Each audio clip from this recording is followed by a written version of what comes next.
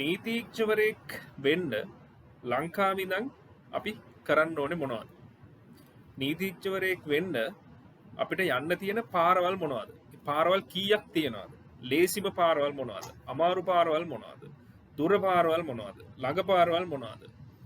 මේ හැම දෙයක්ම මේ වීඩියෝ එක තුලේ කතා කරනවා. එතකොට මේ කතාවට මගෙත් එක්ක අද එකතු වෙන්නේ මගේ පැරණි මිතුරියක් ගිම්හානි අනුත්තර. ඇය ශ්‍රී ලංකා විවෘත විශ්වවිද්‍යාලයේ නීති පීඨයේ කතිකාචාර්යවරියක්. ඒ වගේම කොළඹ විශ්වවිද්‍යාලයේ නීතිවේදී උපාධිධාරිණියක් සහ මේ දක්ෂ ශිෂ්‍යාවක් නීති පීඨයේ ඉගෙන ගන්න කාලේ ඉතින් මේ මම හිතුවා නීතිඥවරියක් වෙන ඒ වගේම මේ නීතිය පිළිබඳව අධ්‍යාපනය ලබා දෙන ආයතනයකම කතිකාචාර්යවරියක් වෙන ඇයට පුළුවන් ඔබට කියලා දෙන්න ලංකාවේ ඉඳන් එහෙම නැත්නම් පිටරට ගිහිල්ලා හරි නීතිඥවරයෙක් වෙන්නේ කොහොමද කියලා. ඉතින් මේ අපි ඇයත් එක්ක කතා කරමු. channel එකට subscribe කරලා තියාගන්න. අධ්‍යාපනය ගැන අපි සාකච්ඡා කරනවා. ඒ වගේම තමන් ඊළඟට මොනවද කරන්න ඕනේ කියලා බලාගෙන ඉන්න අයට ඉගෙන ගන්න හරි වෘත්තීය පුහුණුවක් ලබා ගන්න හරි කරන්න පුළුවන් දේවල් පිළිබඳව මම මේ channel එකෙන් කතා කරනවා දිගටම මට වෙලාව හම්බෙන අවස්ථාවන් වල. ඉතින් ඒ නිසා මේ channel එක subscribe කරලා තියාගත්ත කියලා ඔබට පාඩුවක් වෙන්නේ නැහැ. ඒ නිසා channel එක subscribe කරලා තියාගන්න. notifications on කරලා තියාගන්න. ඉතින් අපි කතා කරමු ගිම්හානිත් එක්ක මේ කොහොමද ලංකාවේ ඉඳන් නීතිඥවරයෙක් හෝ නීතිඥවරියක් වෙන්නේ කියලා හැම දෙයක්ම මුලින්ද අගට. ගිම්හානි මේ අපේ මේ ළඟදී A level වල රිසල්ට් ආවා.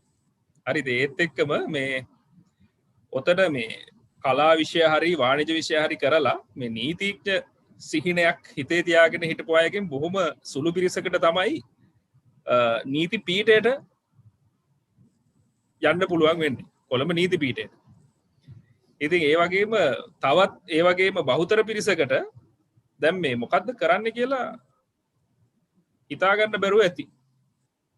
ඉතින් මේ ඒ අයට මේ ලංකාවේ ඉඳන් නීතිඥවරියක් හරි නීතිඥවරයෙක් හරි වෙන්න කරන්න පුළුවන් දේවල් යන්න පුළුවන් මාර්ග මොනවද කියලා තමයි අපි මේ මේකෙදි කතා කරන්න. ඉතින් මං ඒකට හොඳම කෙනා විදිහට අඳුනාගත්තේ ඔයාව.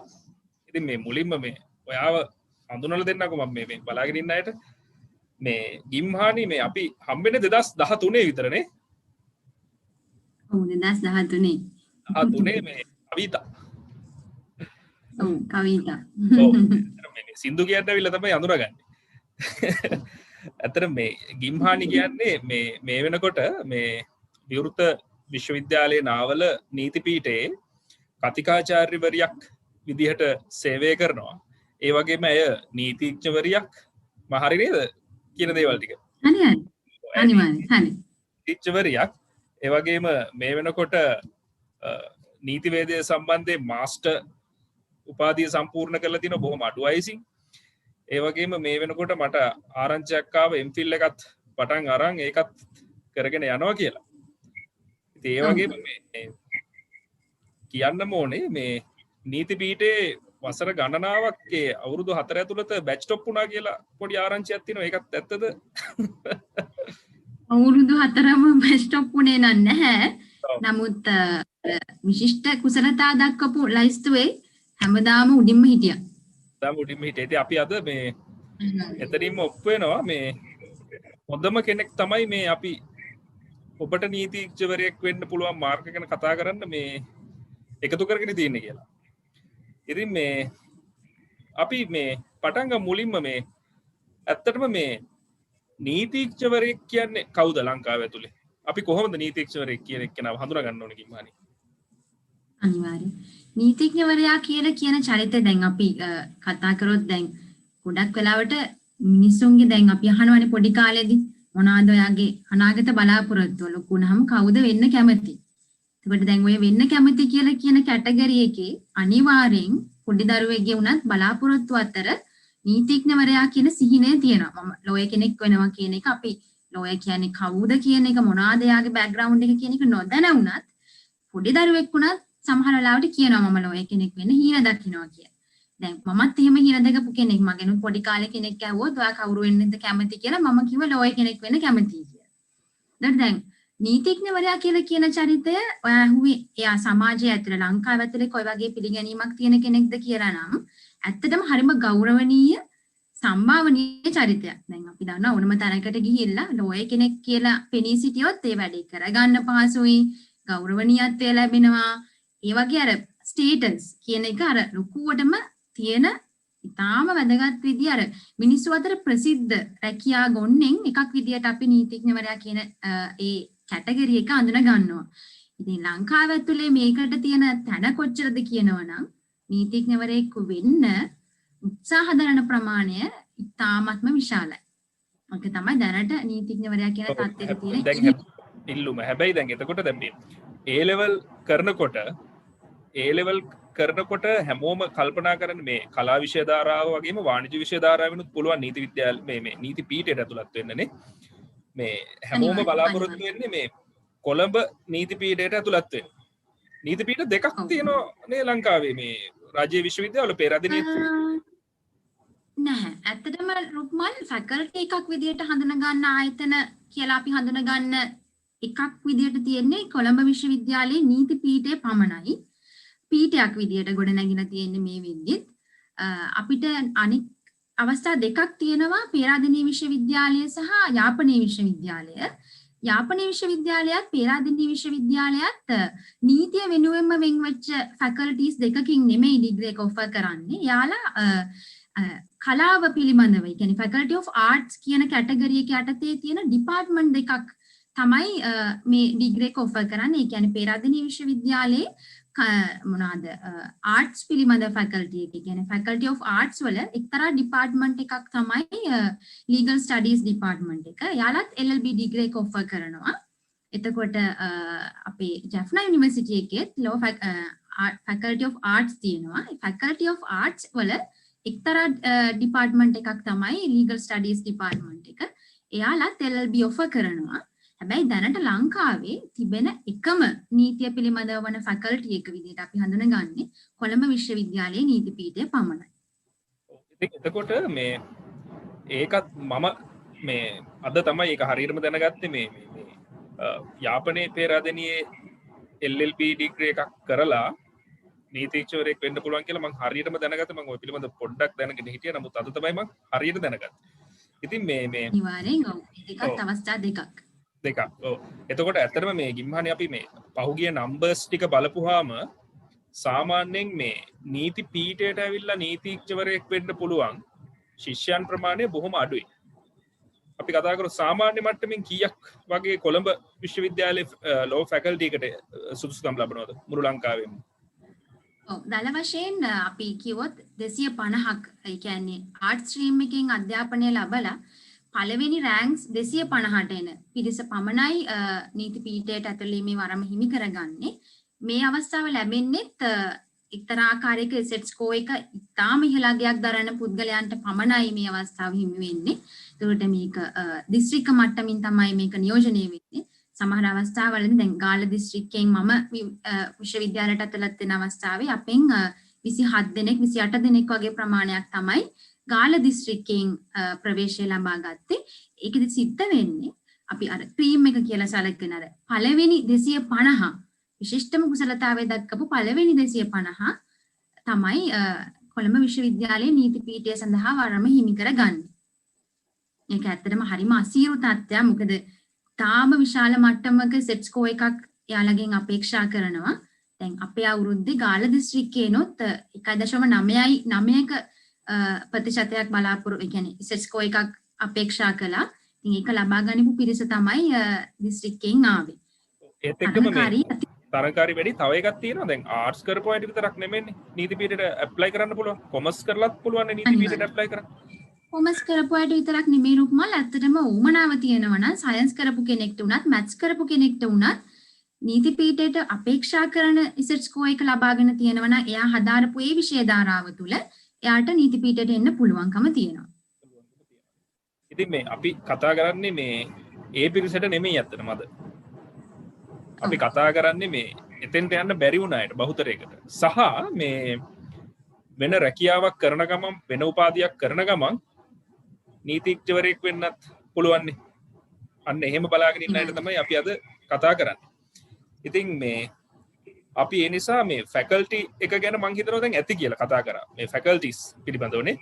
ඉතින් කොළඹ ෆැකල්ටියත් එක්කම ගිම්හානි මේ මට තියෙන ප්‍රශ්නේ තමයි මේ දැන් කොළඹ LLB ඩිග්‍රී එක ගත්තහම ලංකාවේ එයා නීතිය පිළිබඳ උපාධියක් තමයි යාට තියෙන්නේ. නීතිය පිළිබඳ උපාධියක් ගත්ත කෙනා නීතිඥවරයෙක් විදියට හඳුනා ගන්නවද? ඔව් ඒක හොඳ ප්‍රශ්නයක්. ඇත්තටම ඔය University of Colombo එහෙම නැත්නම් කොළඹ විශ්වවිද්‍යාලයේ law faculty එකකිනුත් පෙරාදෙණිය විශ්වවිද්‍යාලයෙන් ලබා දෙන LLB ඩිග්‍රිය සහ යාපනයෙන් විශ්වවිද්‍යාලයෙන් ලබා දෙන LLB ඩිග්‍රිය ඒක නීතිවේදී උපාධිය. ඒක නීතිය පිළිබඳව උපාධියක්. එතකොට ඒක ඒ උපාධිය ලබා ගැනීමෙන් අපිට නීතිඥවරයෙක් බවට පත්වීමේ හැකියාව නැහැ.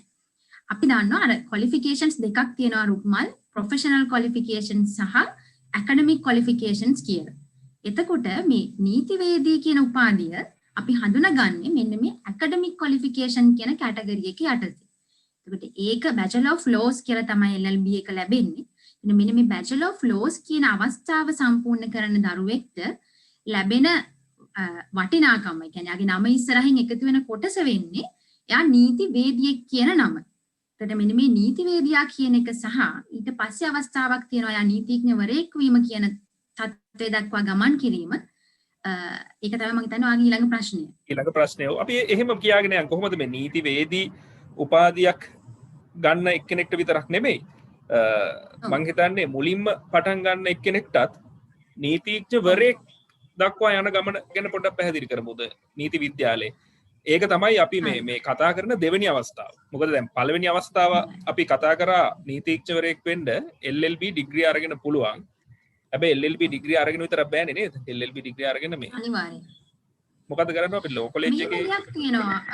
මෙහෙමක් දෙයක් තියෙනවා රුක්මල්. දැන් LLB ඩිග්‍රී දැන් අපි හිතමු සමහර අයට තියෙනවා බලාපොරොත්තු එයා ලෝය කෙනෙක් විදියට උසාවියේ පෙනී සිටීමට අකමැති වෙන්න පුළුවන්. සමහර අය ඔය කෝඩ් ප්‍රැක්ටිස් එකට කැමති නැති වෙන්න පුළුවන්. දැන් ඒ වගේ කෙනෙක්ට නීතිවේදී කියන උපාධිය සම්පූර්ණ කරලා එතනින් නතර වෙලා එයාගේ අධ්‍යාපනය කියන එක තවත් වෙනත් දිශාවකට යොමු කර ගන්න පුළුවන්. දැන් එහෙම අය තමයි ඔය නීතිය සම්පාදනය කරන ආයතනවල සමාජිකයන් බවට පත් වෙන්නේ. මොකද නීතිය විශ්ලේෂණය කිරීම සහ නීතියේ අර මෙතෙක් නොතිබුණු ගැඹුරු පැතිකඩවල් ආමන්ත්‍රණය කිරීම, වෙනත් රටවල් නීතිය සමග පවතින නීති ක්‍රමය සංසන්දනය කිරීම සහ සමහර වෙලාවට අපේ රටට වෙනත් රටකින් ගන්න පුළුවන් ගයිඩ්ලයින්ස් මොනවාද කියලා ඇනලයිස් කරලා විග්‍රහ කරලා දීම වගේ කාරණාවන් කරන්න කෙනෙක්ට කැමැත්තක් තියෙනවා නම් නීති සම්පාදනය කරන ආයතනයකට ජොයින් වෙලා අර ඇකඩමික් කෙනෙක් වගේ පොඩි රෙකග්නිෂන් එකක් ගන්න ආසාවක් තියෙනවා නම් එහෙම කෙනෙක්ට නීතිවේදී උපාධිය කියන එකත් ප්‍රමාණවත්ම තත්ත්වයක්. ඒ තත්ත්වයෙන් යාට පුළුවන් එයාගේ කටයුතු ඉදිරියට පවත්වාගෙන යන්න. හැබැයි සාමාන්‍යයෙන් නීති පීඨයට ඇවිල්ලා නීතිවේදී උපාධියක් කරලා යම්කිසි කෙනෙක්ගේ මං හිතන්නේ නැහැ ලෝය කෙනෙක් විදියට උසාවියේ පෙනී සිටීම කියන තත්ත්වය ලබා ගන්න නැතිව තමන්ගේ ගමන නතර කරන්න බලාපොරොත්තු ඇති කියලා. එතකොට කෝට් එකේ ඇපිය වෙන්න අර කළු පාට ලෝගුව දාලා කෝට් එකට ඇපිය වෙලා නඩු කතා කරන්නේ. ඒක තමයි සිහිනය නේද ගොඩක් අය. ඒක තමයි ඇත්තටම ඒක තමයි සිහිනය. ඉතින් අර ලෝය කෙනෙක් කියන කැටගරි එකට වැටිලා ඊට පස්සේ වරප්‍රසාද සහිත පන්තියේ කෙනෙක් වෙලා උසාවියේ පෙනී සිටීම කියන තත්වයට යන්න නම් අපි අනිවාර්යෙන්ම අර අපි ලබාගත් ඇකඩමික් ක්වොලිෆිකේෂන් එක ප්‍රොෆෙෂනල් ක්වොලිෆිකේෂන් කියන එක තත්වයට පත් කරගන්න අවශ්‍ය වෙනවා. ඔන්න ඔය කියන ප්‍රොෆෙෂනල් ක්වොලිෆිකේෂන් එක තමයි අපිට නීති විද්‍යාලය මගින් ලබා දෙන්නේ. නීති විද්‍යාලය කියලා කියන්නේ අපේ ප්‍රැක්ටිස් එක, අපේ ප්‍රැක්ටිකල් සයිඩ් එක අපිට හදලා දෙන වැදගත්ම සහ එකම තනි ආයතනය ලංකාවේ දැනට පවතින. එතකොට අපි LLB එක ඉවර කරලා LLB එක ඉවර කියන්නේ අපි LLB එක ලබා ගන්න කොතනින්ද කියන එක කෙසේ වෙතත් අපි LLB ධාරියෙක් නම් අපි අනිවාර්යයෙන්ම උසාවියේ පෙනී සිටීම කියන තරතුර දක්වා ගමන් කරන්න නීති විද්‍යාලයේ පවතින විභාගයන්ට පෙනී සිටීම අත්‍යවශ්‍ය කාරණයක් වෙනවා. එතකොට නීති විද්‍යාලයේ තමයි අර අපි බලාපොරොත්තු වන ප්‍රැක්ටිකල් නොලෙජ් එක අපිට ලබා දෙන සුවිශේෂී ආයතනය වෙන්නේ. ඒතර දැන් මෙතන තියෙනවා ඔව් රුක්මත්. එතකොට මේ මට කියන්නකෝ මේ දැන් LLB උපාධිය ලබා ගන්න නැතුව දැන් උතර තව එක්කෙනෙක් ප්‍රශ්නයක් එන්න පුළුවන්. LLB උපාධිය අරගෙන අපි ඔන්න ලෝ කොලෙජ් එකේ එක්සෑම් එක කරලා නීතිඥවරයෙක් බවට පත් වෙනවා. LLB උපාධියක් ගන්න බැරි උන එක්කෙනෙක්ට මොකද්ද නීතිඥවරයෙක් වෙන්න පුළුවන් මාර්ගය? ඔව් ඒ කෙනාටත් තියෙන එකම සහ ඊටම ජයග්‍රාහී තත්ත්වයක් තමයි නීති විද්‍යාලයට ඇතුළත් වීම කියන අවස්ථාව. නීති විද්‍යාලය සෑම වසරකම සැප්තැම්බර් මාසයේ වගේ විභාගයක් පවත්වනවා. මේක අතිශය තරඟකාරී විභාගයක්. මේ විභාගයටත් පෙනී සිටීමෙන් පුද්ගලයන්ට හැකියාවක් ලැබෙනවා. යම්කිසි කට් ඔෆ් මාක් එකක් තියෙනවා නීති විද්‍යාලයේ. ඒ කඩයිම් ලකුණ පසු කරන පුද්ගලයන්ට හැකියාව ලැබෙනවා නීති විද්‍යාල ප්‍රවේශය ලබා ගන්න. දැන් මේ නීති විද්‍යාල ප්‍රවේශය කියලා කියන්නේ සම්පූර්ණයෙන්ම ප්‍රොෆෙෂනල් ක්වොලිෆිකේෂන් එකක්. අවුරුදු 3ක කෝස් එකක් විදියට තමයි නීති විද්‍යාලයේ මේ කෝස් එක හඳුනගන්නේ. එතකොට මේ කෝස් එක සම්පූර්ණ කරලා නීතිඥවරයෙක් බවට පත් වීම කියන පාත් එකත් ඔය ලෝ ෆැකල්ටි ගිහිල්ලා එතකොට එහෙම නැත්නම් LLB එකක් කරන්නේ නැතිව ලෝය කෙනෙක් වෙන්න පුළුවන් කියන තත්වයට තියෙන එකම සහ අවසානාත්මක අවස්ථාව ලංකාව තුළ දැනට තියෙන. එතකොට ඒකට මොනවද එන්ට්‍රි ක්වොලිෆිකේෂන් එක දැන් ලෝ කොලෙජ් එකට එන්ට්‍රි ක්වොලිෆිකේෂන් එකක් විදියට ගත්තොත් අපි ඔව් ලෝ කොලෙජ් එකේ එන්ට්‍රි ක්වොලිෆිකේෂන් එක විදියට ප්‍රධාන වශයෙන්ම සැලකන්නේ අපොස උසස් පෙළ විභාගය. අපොස උසස් පෙළ විභාගයට සාමාර්ථ 3ක් පැවතීම කියන එක තමයි වුන් සැලකන්නේ. පරණ ඩිග්‍රී එකෙන් නයි කියන්නේ අපි හිතමු දැන් අර පරණ සිලබස් එක තියෙනවානේ ඒකෙන් සාමාර්ථ 4ක් තියෙන්න ඕන. මොකද ඒ කාලේ විෂයන් 4ක් තිබිලා තියෙනවානේ. එකෙන් 4ක් සහ වර්තමාන නව විෂය නිර්දේශය යටතේ සාමාර්ථ 3ක් ලබාගෙන තිබීම කියන එක. සාමාර්ථ කිව්වහම මෙතන C සාමාර්ථ 2ක් සහ S සාමාර්ථයක් තිබීම අවශ්‍ය වෙනවා මේ සඳහා සුදුසුකම ලබා ගන්න. ඊට අමතරව ඕනෙම අංශයකින්ද ආත්ම වෙන්න ඕනෙත් නැහැ. නෑ ඕනෑම අංශයකින් මේ කුසලතාවය දක්වලා තියෙන පුද්ගලයෙක්ට මේ විභාගය සඳහා වාඩි වීම සඳහා හැකියාවක් තියෙනවා. ඊට අමතරව රුක්මල් හැබැයි Council of Legal Education කියලා තියෙනවා මේ නීති විද්‍යාලයේ පාලනය වෙන සංස්ථාව. ඒ සංස්ථාවට අදාළව පනවලා තියෙන පනත් එහෙම නැත්නම් ඕඩිනන්ස් එක යටතේ දක්වලා තියෙන්නේ ඇත්තටම මේ ඒ අවශ්‍යතා කීපයක් සම්පූර්ණ වෙන්න ඕනේ. මේ පුද්ගලයා ලංකාවේ පුරවැසියෙක් වෙන්න ඕන. සහ අවුරුදු 18 සම්පූර්ණ කරලා තියෙන්න ඕන. සහ ඔහු සමාජය තුළ අර චරිතවත් සහ ගෞරවනීය තනතුර පුද්ගලයෙක් ලෙස හඳුනාගෙන තියෙන්න ඕනේ. ඒ කියන්නේ අර ඇත්තටම මේ අර චරිතවත් භාවය කියන එකත් සෑහෙන වැදගත් තත්ත්වයක් විදිහට මේ ඉන්ට්‍රිය කියන එක තැනදී සලකා බලනවා. තව දෙයක් තියෙනවා රුක්මල්. ඒ කියන්නේ දැන් ලෝය කෙනෙක් විදිහට දියුරුම් දීම කියන තැනදී තෝක සම්පූර්ණයෙන්ම බලපානවා. දැන් අපි ඔක්කොම ටික ඉවර කරලා අපි ඇටර්නි එක්සෑම්, ඒ කියන්නේ ඇටර්නි එක්සෑම් කියලා අපි හඳුන්වන්නේ නීති විද්‍යාලයේ එක්සෑම් එක. ඔය ඇටර්නි එක්සෑම් එකත් පාස් කරලා ඔක්කොමත් කරලා ඉවර වෙලා ඊට පස්සේ අපිට තියෙනවා මාස 6ක කාලයක් ඇප්‍රෙන්ටිස්ෂිප් එකක් කරන්න.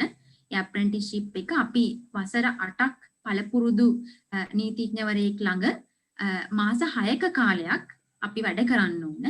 ඔහු අපිට ඊට පස්සේ අපි පිළිබඳව අපි මෙන්න මේ විදිහට පළපුරුද්ද ලැබුවා කියලා ශ්‍රේෂ්ඨාධිකරණයේ අමතා ඔහු විසින් නිකුත් කරන ලියවිල්ල වැදගත් වෙනවා. අන්න ඒ ලියවිල්ලට පස්සේ නීතිඥවරයෙක් විදිහට දියුණුම් දෙන එක ලේසි වැඩක් නෙමෙයි. ඊට පස්සේ අපේ මව් භාෂාවට අදාළ වන ජාතික පුවත්පතක අපි නීතිඥවරයෙක් විදිහට දියුණුම් දෙන්නට නියමිතයි කියන දැන්වීම පළ කරනවා. එතකොට මේ දැන්වීම පළ කරාට පස්සේ ඒ පිළිබඳව යම් කෙනෙක්ට විරුද්ධත්වයක් තියෙනවා නම් විරෝධයක් තියෙනවා නම් මේ කෙනාගේ චරිතය පිළිබඳ ප්‍රශ්න තියෙනවා, මෙයාට කලින් නඩු හබ තියෙනවා, පොලිස් පොතේ පැමිණිලි තියෙනවා වගේ ඕනම චෝදනාවක් ඉදිරිපත් කරලා නීතිඥවරයෙක් වීම පිළිබඳව යම්කිසි පුද්ගලයෙක්ටත් පුළුවන්කම තියෙනවා මේ විරෝධතා පළ කරන්න. එතකොට අපි අර ඒකෙන් තේරුම් ගන්න අවශ්‍ය වෙන්නේ මේ වෘත්තිය සඳහා බඳවා ගනු ලබන පුද්ගලයන් අධ්‍යාපන සුදුසුකම් සහ වෘත්තීයමය සුදුසුකම් කියන අවශ්‍යතා කොතෙක් සම්පූර්ණ කරත් වැඩක් වෙන්නේ නැහැ. සමහර වෙලාවට යාගේ අර චරිතවත්භාවය කියන එකත් අවසානයේ සලකා බලනවා. ලේසි එතකොට දෙයක් නෙමෙයි. ලේසි දෙයක් නෙමෙයි ඇත්තටමනේ ටිකක් අමාරු කාරණයක් නේ. ඉතින් එතකොට දැන් මෙතනදී අපි කතා කරා දැන් අවස්ථා දෙකක් සම්බන්ධයෙන් අපි කතා කරා. මම පොඩක් සමරයිස් කරොත් එහෙම බලාගෙන ඉන්න අයට A level වලින් LLB උපාධියක් ලබා ගන්න පුළුවන් ඒ අවශ්‍ය සෙට් ස්කෝර් එක තියෙනවා නම් කොළඹ විශ්වවිද්‍යාලයේ නීති පීඨය එහෙම නැත්නම් නීති දෙපාර්තමේන්තු විදිහට තියෙනවා පේරාදෙණිය විශ්වවිද්‍යාලයේ යාපනයේ විශ්වවිද්‍යාලය. එතකොට ඔය LLB උපාධිය හදාරලා නීති විද්‍යාලයේ අවසාන විභාගයට වාඩි වෙලා ඒ ගමන යන්න පුළුවන්. නීතිඥවරයෙක් වෙන ගමන යන්න පුළුවන්. අපි දෙවෙනි ඔප්ෂන් එක විදිහට කතා කරා ඒ නීති පීඨයන්ට යන්න බැරි වෙච්ච අයට නීති විද්‍යාලය විසින් තරගකාරී විභාගයක් පවත්වනවා. ඒ විභාගයෙන් ඒගොල්ලොන්ගේ කට් ඔෆ් මාක් එක ගත්තාම ඒගොල්ලෝ නීති විද්‍යාලයට ඇතුළත් කරගෙන අවුරුදු 3කින් පස්සේ නීතිඥවරයෙක් විදිහට එළියට දානවා කියලා. එතකොට අපි බලමු මේ දෙකම ඇත්තටම ගිම්හානි හරිම තරගකාරී අවස්ථාවක්. මාර තරගකාරී අවස්ථාවක්. ඔව්. එතකොට මේ නීති පීඨයට යනවට වඩා සමහර වෙලාවට අමාරුයි නීති විද්‍යාලයට යන එක. මම අහලා තියෙන විදිහට. ඔව්. මොකද එතන මෙහෙම ප්‍රශ්නයක් තියෙනවා. මොකද අවුරුදු 18ට වැඩි සහ අවුරුදු 30ට අඩු ඒ කැටගරි එකේ ඕනම කෙනෙක්ට ඒ සඳහා තරඟ කරන්න පුළුවන්කම තියෙනවා. එතකොට අපි දන්නවා දැන් A levels වලදී අපි තරඟ කරන්නේ අපේම වයස් මට්ටමේ අපි සමගම එකම විශේෂ ක්ෂේත්‍රය ඉගෙන ගන්නපු පිරිසක් එක්ක. නමුත් අර කැටගරි එක ඇතුළේ ඔව් ගොඩක් වෙලාවට පේපර් එකත් සකස් වෙන්නේ ජෙනරල් ඉන්ටෙලිජන්ස් වගේ පොඩි කාරණා කීපයක් එක්ක. දැන් ඒවා සමහර වෙලාවට අර හොඳටම අධ්‍යාපන ඉස්කෝලේ අධ්‍යාපන ළඟපු කෙනෙක්ට වඩා සමහර වෙලාවට අර පරිණතභාවයෙන් අර ජීවිතය පිළිබඳව අත්දැකීම් තියෙන වයසින් වැඩි කෙනෙක්ට වැඩි වෙන්න පුළුවන්. ඒ වගේම තමයි මේ පළවෙනි උපාධිය දෙවෙනි උපාධිය ඒ ඔක්කොම අවසන් කරපු අයත් නීති විද්‍යාලයේ විභාගයට පෙනී සිටිනවා. අනිවාර්යෙන්. එතකොට ඒ වගේ කෙනෙක් එක්ක අවුරුදු 18ක් වගේ කෙනෙක්ට තරඟ කරන්න සිද්ධ වුණොත් එතන ඇත්තටම තරඟකාරීත්වයක් තියෙනවා. ඒ නිසා ඒ සිහිනය හරියට අමාරුයි. ඉතින් එතකොට සල්ලි ටිකක් වියදම් කරන්න පුළුවන් අයද? ඇත්තටම මම මේ අධ්‍යාපනයේට සල්ලි වියදම් කරනවා කියන එකට මම කැමති නෑ කියන්නේ. අපි හිතමු යම්කිසි මුදල් ප්‍රමාණයක් තමන්ගේ අධ්‍යාපනය වෙනුවෙන් ආයෝජනය කරන්න පුළුවන් අයට. හරි? ලංකාවේ තව ක්‍රම තියෙනවද ලංකාවේ ඇතුළත නීතිඥවරයෙක් වෙන්න මොකක් හරි උපාධියක් කරලා හරි කොහොම හරි සල්ලි ටිකක් වියදම් කරලා? අනිවාර්යෙන්. එහෙම ක්‍රමයක් තියෙනවා. දැන් අතරම මේ ඊළඟ අවස්ථාවේදී මම මේ කතා කරන්න යන්නේ මම දරුවන්ට අධ්‍යාපනය ලබා දෙන ආයතනය පිළිබඳව. ශ්‍රී ලංකා විවෘත විශ්වවිද්‍යාලය. ශ්‍රී ලංකා විවෘත විශ්වවිද්‍යාලයේ නීති අධ්‍යයන අංශයෙන් අපි ඔෆර් කරනවා LLB ඩිග්‍රී එක. ඇත්තටම රජයේ විශ්වවිද්‍යාල කියන කැටගරි එකකින් අපි හඳුනගන්න තවත් එක්තරා විශ්වවිද්‍යාලයක් තමයි ශ්‍රී ලංකා විවෘත විශ්වවිද්‍යාලය. ශ්‍රී ලංකා විවෘත විශ්වවිද්‍යාලයේ මේ නීති උපාධියේ තිබෙන විශේෂත්වය වෙන්නේ මේක අර කන්වෙන්ෂනල් යුනිවර්සිටි එකක වගේ අර ළමයි කැම්පස් එකටම ගිහිල්ලා ලෙක්චර් හෝල් එකේ වාඩි වෙලා ලෙක්චර් එක්කම කරන අර ටීචර් සෙන්ටර්ඩ් ගනුදෙනුවට පොඩ්ඩක් එහාට ගිහින් මේක ඕපන් ඇන්ඩ් ඩිස්ටන්ස් ලර්නින් කියන සංකල්පයත් එක්ක තමයි ශ්‍රී ලංකා විවෘත විශ්වවිද්‍යාලයේ නීති පිළිබඳව උපාධිය ලබා දෙන්නේ. එතකොට මේකෙදි ළමයාට ඕනෑම ස්ථානයක ඉඳගෙන තමන් කැමති ප්‍රදේශයක ඉඳගෙන තමන් කැමති පරිදි අධ්‍යාපනයට කාලය වැය කරන්න පුළුවන් ප්‍රමාණයට කාලය වෙන් කරගෙන කටයුතු කරන්න පුළුවන් කියන අර හරිම මේ ෆ්ලෙක්සිබිලිටි එකක් සහිත ඩිග්‍රී එකක් විදියට තමයි අපි ඕපන් යුනිවර්සිටි එකේ LLB ඩිග්‍රී එක හඳුනගන්නේ. එතකොට මේ ඩිග්‍රී එකත් සම්පූර්ණයෙන්ම ලෝ ෆැකල්ටි එක ඔෆර් කරන ඩිග්‍රී එක හා සමානවම අවුරුදු 4ක ඩිග්‍රී එකක්. ඒ ලෝ ෆැකල්ටි එක ඔෆර් කරන සබ්ජෙක්ට්ස් ඒ විදියටම ඔෆර් කරනවා. ගොඩක් වෙලාවට සමහර අවස්ථාවලදී ලෝ ෆැකල්ටි එක සහ ඕපන් යුනිවර්සිටි එකේ මේ නීති අධ්‍යයන අංශය ලොකු කොලැබොරේෂන් එකකින් තමයි කටයුතු කරන්නේ. සමහර අවස්ථාවලදී ඒ දෙගොල්ලන් අතර සමීප සම්බන්ධතාවයක් පවතිනවා. කොහොමද මේ විවෘත විශ්වවිද්‍යාලයට එන්නේ නීති හදාරන්න? කොළඹ විවෘත විශ්වවිද්‍යාලය දැන් වචනෙම තියෙනවා විවෘතයි කියලා. එතකොට නීතිය පිළිබඳව වන කෝස් එකත් ඉතින් ඕනෑම කෙනෙකුට විවෘතව තියනවා කියන එකක් අපිට මේකෙන් හැඟවෙනවා. මේකෙත් එන්ට්‍රි එක්සෑම් එකක් තියෙනවා රුක්මල්. හැබැයි මේකත් ලේසි පහසු දෙයක් නෙමෙයි. ඇත්තටම ඇඩ්මිෂන් ටෙස්ට් එකක් තියන්නේ. ගොඩක් වෙලාවට මේක මේ ගොඩාක් ළමයි අතර ඉල්ලුම අධිකවම පවතින අවස්ථාවක් කියලා අපි හඳුනා ගන්නවා. මොකද අපි අත්දැකීමෙන් දන්නවා ඇඩ්මිෂන් එකක් අපි කෝල් කරපු වෙලාවක අපි ඇඩ්මිෂන් ටෙස්ට් එක තියනවා කියපු වෙලාවට අපිට කියලා නිම කරන්න බැරි තරම් අති විශාල ප්‍රමාණයක අයදුම්පත් ලැබෙනවා. එතකොට මේ ලැබෙන අයදුම්පත් අතරින් අපි සුදුසුකම් විදියට ඒ කියන්නේ මේ අපි තියෙන එන්ට්‍රි එක්සෑම් එකට වාඩි වෙන්න පුළුවන් පිරිසව අපි හඳුනගන්නේ එතනක් තියෙනවා රුක්මල් අර කියන තත්ත්වය. ඒ කියන්නේ A levels තමයි ප්‍රධානතම එන්ට්‍රි ක්වොලිෆිකේෂන් එක විදියට සලකන්නේ. ඒකෙත් ඒ කියන්නේ ඔය සාමාර්ථ 3ක් සහිතව සහ පරණ සිලබස් එක යටතේ සාමාර්ථ 4ක් සහිතව ඉන්න පුද්ගලයෙක්ට මේ සඳහා ඉල්ලුම් කිරීමේ හැකියාවක් තියෙනවා. සහ තවත් අවස්ථාවක් තියෙනවා මේකේ. ඒ කියන්නේ අපි දකිනවා මේ කියන්නේ අපේ ඕපන් යුනිවර්සිටි එක ඇතුලේ තියෙනවා වෙනත් courses. ඒ කියන්නේ ළමයින්ට අධ්‍යාපනය ලබන්න පුළුවන් ආකාරයට කියන්නේ distance වල ඉඳගෙන අධ්‍යාපනය ලබන්න හරි ඇවිල්ලා සමීපව ගුරුවරුන් ඇසුරු කරමින් අධ්‍යාපනය ලබන්න හරි නිර්මාණය කරලා තියෙන courses. මේවා අතරින් SLQF එකෙන් හඳුනා ගන්න level 2 එක ආවරණය වන. එහෙම නැත්නම් ක්‍රෙඩිට් 30ක් සහිත මොකක් හරි කෝස් එකක් ඕපන් යුනිවර්සිටි එකෙන් ඔෆර් කරන යම්කිසි ළමයෙක් සම්පූර්ණ කරලා තියෙනවා නම් ඒකත් එයාගේ එන්ට්‍රි ක්වොලිෆිකේෂන් එකක් විදියට ගණනය කරනවා කියන එකක් අනුමාන අදාළ කර ගන්නවා. සහ තව දෙයක් ඇටර්නි ඇට් ලෝස්ලා. ඒ කියන්නේ මෙන්න මේක තමයි වැදගත්ම දේ රුක්මල්. දැන් මේ වෙද්දී ඕපන් නීති විද්‍යාලයට ගිහිල්ලා ඇටර්නි ඇට් ලෝ කෙනෙක් වෙලා ඉන්න කෙනෙක්, කියන්නේ ලෝයර් කෙනෙක් වෙලා ඉන්න කෙනෙක්ට ඕන කියලා හිතනොත් ඩිග්‍රී එකක් තමන්ගේ ශාස්ත්‍රය ඇතුලේ මට ඩිග්‍රී එකකුත් ගන්න ඕන. එතකොට තමයි මම නීතිය පිළිබඳව අර ප්‍රැක්ටිකල් සයිඩ් එක සහ තියරිටිකල් සයිඩ් එක කියන දෙකම එකට එකතු කරගත්ත කෙනෙක් විදියට හඳුනගන්නේ කියන කෙනෙක්ට හිතුනොත් අන්න ඇටර්නි ඇට් ලෝ කෙනෙක්ට පුළුවන්කම ලැබෙනවා එන්ට්‍රි එක්සෑම් එකට එකතු වෙලා ඩිග්‍රී එක සඳහා සුදුසුකම් ලබන්න. එතකොට ඒගොල්ලන් අපි ඇටර්නි ඇට් ලෝ කියන තත්වයෙන් තමයි ක්වොලිෆිකේෂන් එක විදියට හඳුනගන්නේ. එයාටත් පුළුවන් මේ ඇඩ්මිෂන් ටෙස්ට් එකට සිට් කරලා අවශ්‍ය කරන ලකුණු ප්‍රමාණය අරගත්තොත් LLB ඩිග්‍රී එකට එන්ට්‍රි වෙන්න. ඇත්තටම මේ ඒ කියන්නේ ඇත්තටම මේ දැන් අපි මේ කතා කරපු තුනම මට තේරෙන විදිහට අතිශය තරගකාරී අතිශය සීමිත පිරිසකට අවුරුද්දකට අවස්ථාව ලැබෙන දෙයක්. අනිවාර්යෙන් අතිශයම තරගකාරී. එතකොට මේ ගිම්මානේ මම හිතනවා දැන් අපි දැන් ඕපන් යුනිවර්සිටි එකේ වෙබ්සයිට් එකට ගියොත් එහෙම මේ කොච්චර මුදල් ප්‍රමාණයක් මේකට අපි ඉන්වෙස්ට් කරන්න ඕනේද, එතකොට කොයි කාලෙද මේක බඳවගන්නේ කියන හැම දෙයක්ම මම හිතන්නේ වෙබ්සයිට් එකට ගියොත් බලා ගන්න පුළුවන්. Open university of Sri Lanka කියලා Google එකේ ගැහුවොත් එහෙම මේ වෙබ්සයිට් එක එනවා. ඔව්. Open university of Sri Lanka website එකේ තියෙනවා legal studies department එක. ඩිපාර්ට්මන්ට් එකේ ඒ අදාළ වෙබ් පිටුවට ලොග් වුණොත් විස්තරයක්ම අරගන්න පුළුවන්. පුළුවන්.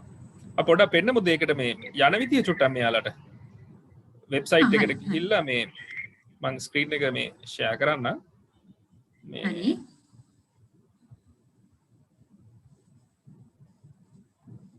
right. එතන ගත්තොත් එහෙම පේනවනේ. හරි. ඔව්. මේ ගානකොට වෙන open university of Sri Lanka කියලා. හරි. ඔව්. දැන් මේකට ඒක තමයි. ඔව් මෙතනට යන්න ඕන. OUSL හරි.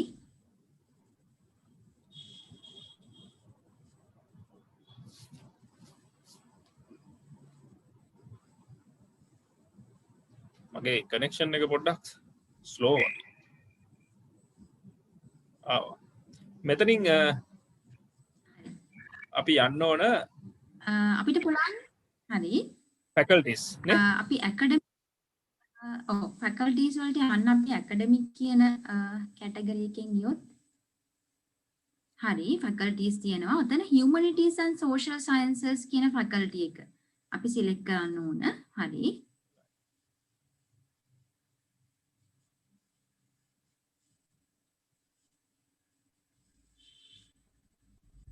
ඇතුලේ තියෙනවා ඩිපාර්ට්මන්ට්ස්. ඔව් ඒකේ ඩිපාර්ට්මන්ට්ස් ටික තියෙනවා. මෙන්න මෙතෙන්ට ගියොත් එහෙම දැනගන්න පුළුවන්. ඔව්. අන්න හරි. ඔව් legal studies department එක ක්ලික් කරාම අපිට හැම දෙයක්ම දැනගන්න පුළුවන්. ඔව්. හරි. ඊළඟට මේ අපි හිතමු මේ මෙහෙම දෙයක්. දැන් මේ තුනම හරිම තරගකාරී මේ අවස්ථානේ ගිම්මානි.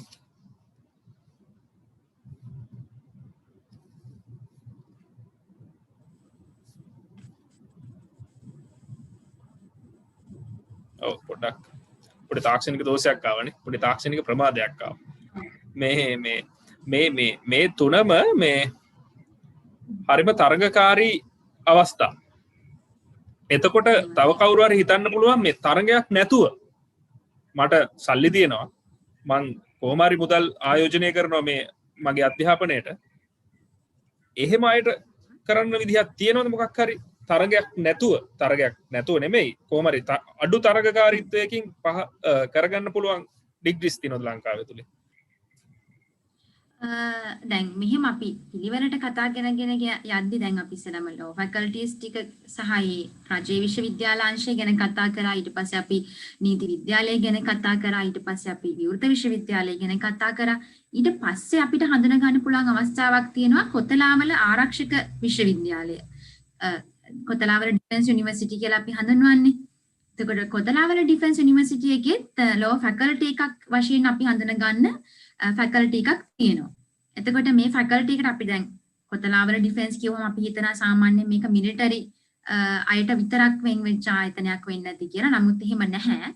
ට්‍රයි ෆෝසස් අය ඇරුණකොට මාහිරව අපි වගේ අධ්‍යාපනයක් ලබන්න බලාපොරොත්තු වෙමින් ඉන්න කියන්නේ යුද හමුදා ත්‍රිවිධ හමුදාව සමග බැඳීමක් නැති පුද්ගලයෙකුට වුණත් මේකේ ඩිග්‍රී එක හදාරන්න ඇතුළත් වෙන්න හැකියාවක් තියෙනවා. එතකොට කොතලාවල යුනිවර්සිටි එකෙන් ලබා දෙන ඩිග්‍රී එකට ඒක සඳහා සාමාන්‍යයෙන් උසස් පෙළින් පස්සේ සෙට් ස්කෝර් එකේ යම්කිසි අගයක් වුණොත් අපේක්ෂා කරනවා.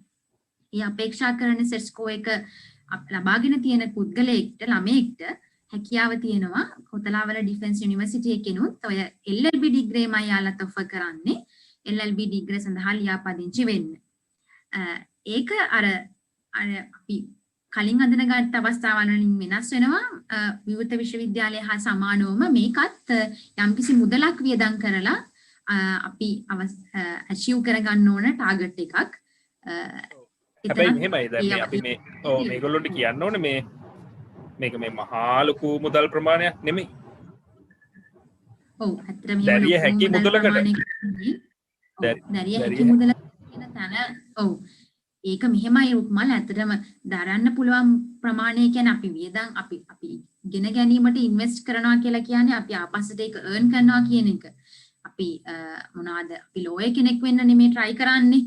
එතකොට අපි හරිම පාත් එක ලෝයර් කෙනෙක් විදිහට තෝරගෙන ඉස්සරහට ගියොත් හොඳ කමර්ෂල් වැලියු එකක් තියෙන සයිඩ් එකකින් අපි ලෝයර් කෙනෙක් විදිහට ප්‍රැක්ටිස් කරොත් අපි මේ ඩිග්‍රී එක සඳහා කරන වියදම් කිරීම අපිට ඉක්මනින්ම උපයා ගැනීමේ හැකියාවක් තියෙනවා. ඒ නිසා සිහිනය වෙත යන්න නම් අර කැපකිරීමක් වෙන්න ඕනේ කියන එක සමහර වෙලාවට කැපකිරීම මුදලින් කරන කැපකිරීමක් වුණා කියලා ඉතින් ප්‍රශ්නයක් වෙන්නේ නැහැ. මේ වගේ වෙලාවක. හරි දැන් අපි එතකොට මේ KDU එකේ කතා කරා මේ අපි මොකක්ද ඊළඟට කතා කරන්නේ? දැන් අපි අවස්ථා කතා කරලා දින පොඩ්ඩක් සමරයිස් කරමුද? අපි ඒ අවස්ථා ටිකත් ටක් ගාලා තප්පර 30ක් වගේ ඇතුළත සමරයිස් කරලා දෙමුද මෙයාලට හපෝ? හරි. අපි කතා කරා LLB ඩිග්‍රී එක ගන්න පුළුවන් අවස්ථා කීපයක් ගැන. ඒ තමයි කොළඹ විශ්වවිද්‍යාලයේ නීති පීඨය සහ ඕපන් යුනිවර්සිටි එක ඊට පස්සේ කොතලාවල ඩිෆෙන්ස් යුනිවර්සිටි එක සහ ඊට අමතරව අපිට යාපනය විශ්වවිද්‍යාලයෙන් සහ පෙරදින විශ්වවිද්‍යාලයෙන් LLB ඩිග්‍රී එක ගන්න පුළුවන්. LLB ඩිග්‍රී එක ගන්න හැම කෙනෙක්ම ලෝයර් කෙනෙක් වෙන්න බලාපොරොත්තු වෙමින් ඉන්නවා නම් ශ්‍රී ලංකා නීති විද්‍යාලයට ඇතුළත් වෙන්නට ඕන. නීති විද්‍යාලයෙන් ගන්න අවසාන විභාගයට පෙනී සිටීමෙන් අනතුරුව යාරට ලෝයර් කෙනෙක් වෙන්න පුළුවන්.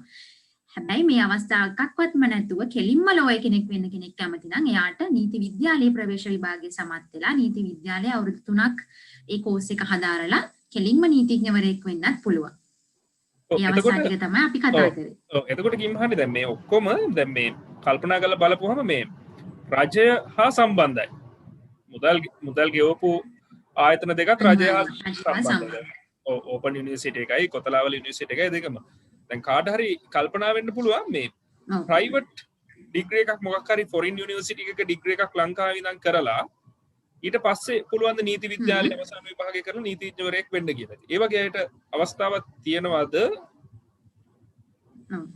අනිවාර්යෙන්. මෙහෙම දැන් ලංකාවේ මේ වෙනකොට අපි හඳුනගන්නපු ප්‍රධාන පෙළේ ආයතන කීපයක් තියෙනවා නීතිය පිළිබඳව මේ LLB ඩිග්‍රී එක ඔෆර් කරන. මම මෙතනදී ආයතන වල නම් සඳහන් කරන්නේ නැහැ. අපි සර්ච් කරලා බැලුවොත් LLB ඩිග්‍රී එක ඔෆර් කරන ඉන්ස්ටිටියුට්ස් අපිට කීපයක්ම හොයා ගන්න පුළුවන්. ඒ අතරිනුත් අර ඩිමාන්ඩ් එක වැඩි ඉහළම ගණේ ආයතනක් තියෙනවා. අපි අර එහෙමක ආයතනයක් තෝරගනිද්දි ගොඩාක් වෙලාවට රෙකග්නිෂන් එකක් තියෙන ගොඩාක් අපි එහෙම බලන්නත් ඕනේ. ඔය වගේ ආයතනවල අපි පොඩ්ඩක් නිකන් නිකමට කියාගෙන යන්න මොනවද මේ ආයතන වලට මේ අපි ගණන් කියන්නේ නැතුව මෙන්න මේ වගේ ආයතන වලින් ඔෆර් කරනවා ගිහිල්ලා වෙබ්සයිට් එකට බලන්න කියලා වගේ කියමු නේ. ඒක නැත්තම් ඉතින් අපි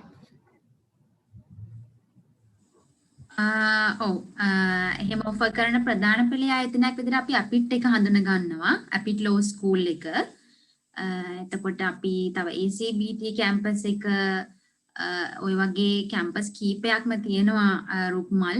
එතකොට ඇත්තටම මේ හොයාගන්න බැරි කමක් නැහැ. ඔව් මේගොල්ලෝ සර්ච් කරන්න ඕනේ. එතකොට ඇත්තටම දැන් මේ LLB ඩිග්‍රී එකක් ලංකාව ඇතුළතදී ගන්න පුළුවන් ප්‍රයිවට් ඉන්ස්ටිටියුට් මොනවද කියලා Google එකේ සර්ච් කරොත් මේගොල්ලොන්ට ඒ වෙබ්සයිට්ස් වලට ගිහිල්ලා විස්තර බලා ගන්න පුළුවන්. අනිවාර්යෙන් අපිට හොයාගන්න පුළුවන්. ඔව්.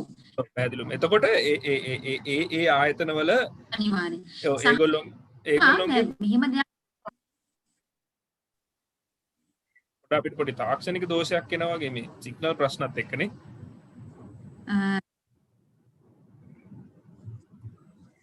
ඔව්.